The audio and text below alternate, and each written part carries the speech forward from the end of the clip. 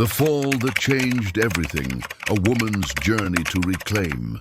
Her balance, Margaret Henderson, had always prided herself on being steady. At 68, she still climbed stepladders too, changed light bulbs, carried her own groceries, and walked 3 miles every morning around her neighborhood in suburban Phoenix. Her husband, Tom, often joked that she moved through life like a dancer, graceful, confident, never missing a step. That confidence shattered on a Tuesday morning in March. She was carrying a basket of freshly folded laundry from the bedroom to the living room, humming an old Beatles tune under her breath. The house was quiet. Tom had left early for his weekly golf game. As she stepped from the carpeted hallway onto the hardwood floor of the living room, her left foot caught the corner of the Persian rug, the same rug she'd walked over thousands of times in the past. For 15 years, time seemed to slow as she felt herself falling forward. The laundry basket flew from her hands, sending carefully folded towels and sheets cascading through the air. Her arms reached out instinctively, but there was nothing to grab except empty space. She hit the hardwood floor hard, her right shoulder taking the brunt of the impact. The silence that followed was deafening. Margaret lay there for what felt like hours, but was probably only minutes, staring at the ceiling and taking inventory of her body. Her shoulder throbbed, her hip ached, but worse than the physical pain was the realization that crashed over her like a cold wave. She had fallen. Not tripped, not stumbled, fallen. At 68 in her own home, doing something as simple as carrying laundry. When Tom found her 20 minutes later, she was still on the floor, surrounded by scattered linens, crying not from pain but from fear. "I'm fine," she told him, though they both knew she wasn't. "Just help me up." But as Tom helped her to her feet, both of them felt the weight of what had just happened. This wasn't just a fall. It was a preview of a future neither of them wanted to imagine. The doctor's visit 3 days later. Margaret sat in Dr. Patricia Chen's office, her right arm in a sling. The x-rays showed no fractures, but the bruising was spectacular, deep. Purple and yellow patches that would take weeks to fade. "Tell me exactly what happened," Dr. Chen said, her voice gentle but probing. Margaret recounted the fall, trying to make it sound less dramatic than it felt. "I just caught my foot on the rug. It was stupid, really. I should have been more careful." Dr. Chen nodded, making notes. "Margaret, I need to ask you some questions, and I want you to be completely honest with me. Have you felt unsteady on your feet lately? Any dizziness when you stand up? Any moments where you felt like you might lose your balance?" The questions hit like accusations. Margaret wanted to say no, to insist that this was just a freak accident. But the truth was more complicated. There had been moments, small ones she'd dismissed, where she'd felt slightly off balance, getting out of bed too quickly and needing to steady herself against the nightstand, feeling momentarily dizzy when she stood up from her gardening, reaching for the countertop just in case when walking through the kitchen. "Maybe," she admitted quietly. "But I thought that was just normal aging." Dr. Chen leaned forward. Margaret, I need you to understand something. Falls are not a normal part of aging. They're a warning sign that something needs attention.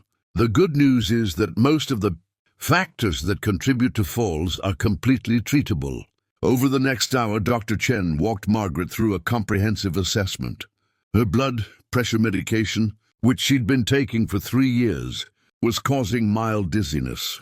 Her last eye exam had been 2 years ago, and her prescription was outdated. Her muscle strength, particularly in her legs and core, had declined more than she'd realized. "But here's what I want you to focus on," Dr. Chen said as the appointment concluded. "You have the power to change this. Falls aren't inevitable.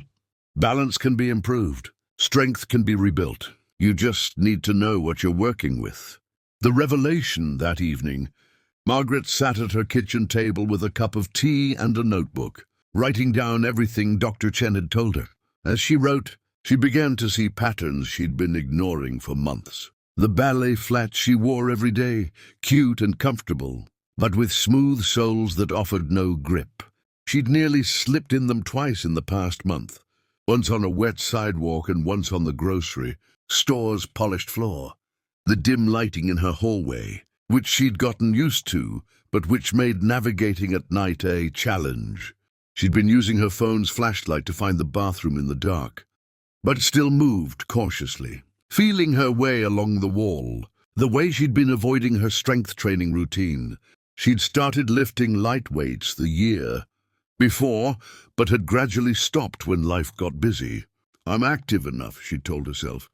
I walk every day. But walking, she now realized, wasn't enough.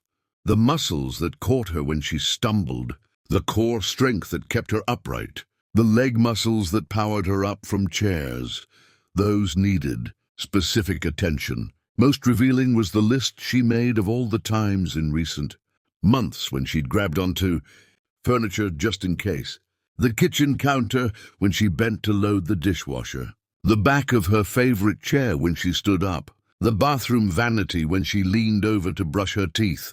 She'd been using furniture as a crutch without even realizing it. The commitment. The next morning, Margaret made a decision that would change everything. She was going to take control of her balance before it took control of her life. Her first stop was the shoe store. She'd been dreading this, imagining herself in ugly orthopedic shoes that screamed old lady. But the salesperson, a woman about her age, showed her options she'd never considered. Stylish walking shoes with non-slip soles, comfortable flats with arch support and cushioning, even house slippers with proper grip. I wore those smooth-soled shoes for years, the salesperson confided, until I slipped on my kitchen floor and broke my wrist.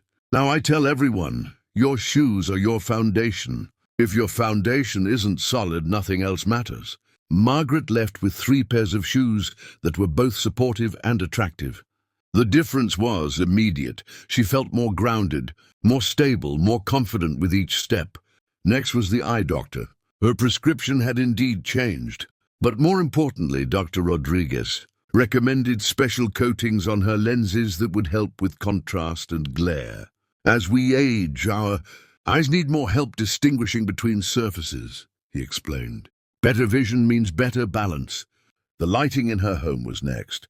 Margaret and Tom spent a weekend replacing dim bulbs with brighter LEDs, adding night lights to the hallway and bathroom, and installing motion sensor lights in key areas. The transformation was remarkable. Her home felt safer and more welcoming. But the biggest change was returning to strength training, this time with a specific focus on balance. The rebuild. Margaret found a balance and strength class at the local community center. She'd been nervous about joining, worried she'd be the most unsteady person there, but discovered a group of women facing similar challenges.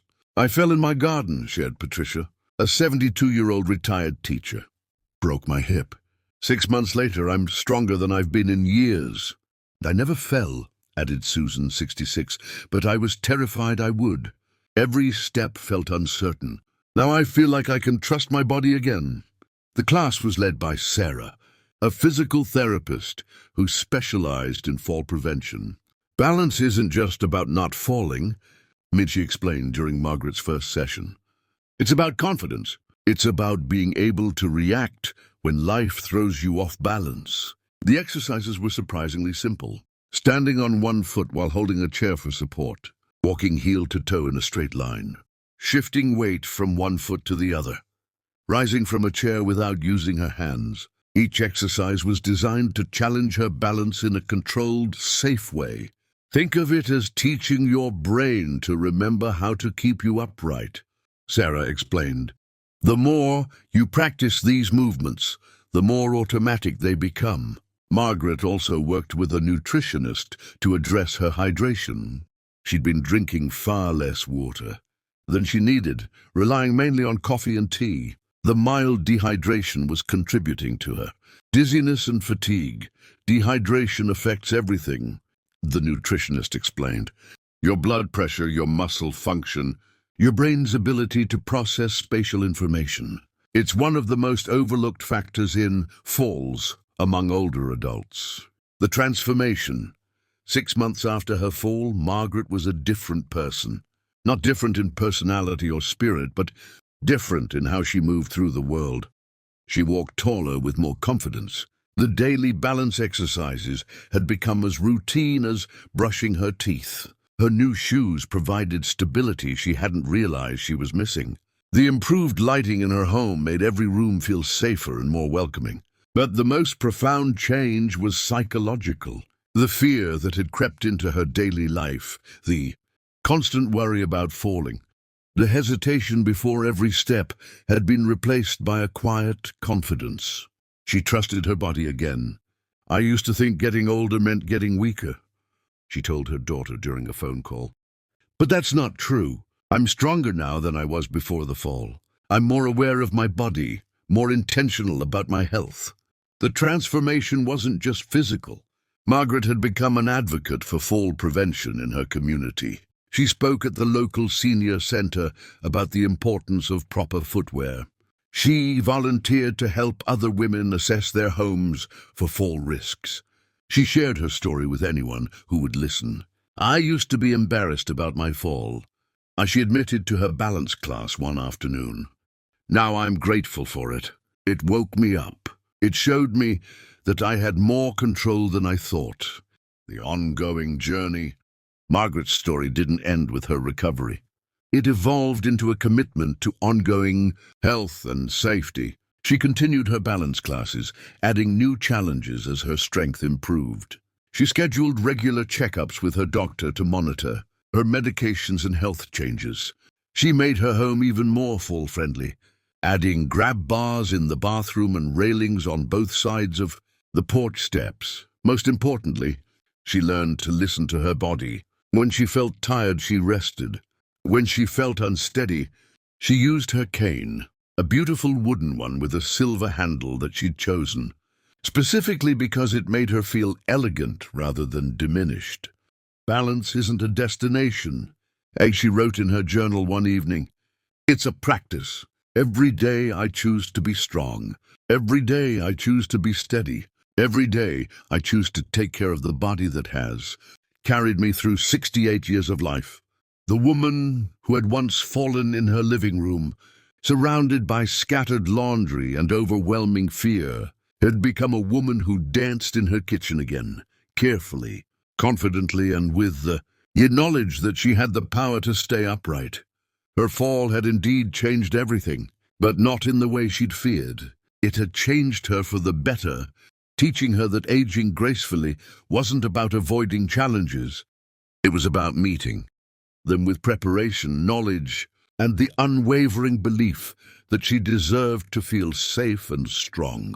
In her own body, Margaret Henderson was steady again. And this time, she knew exactly how to stay that way.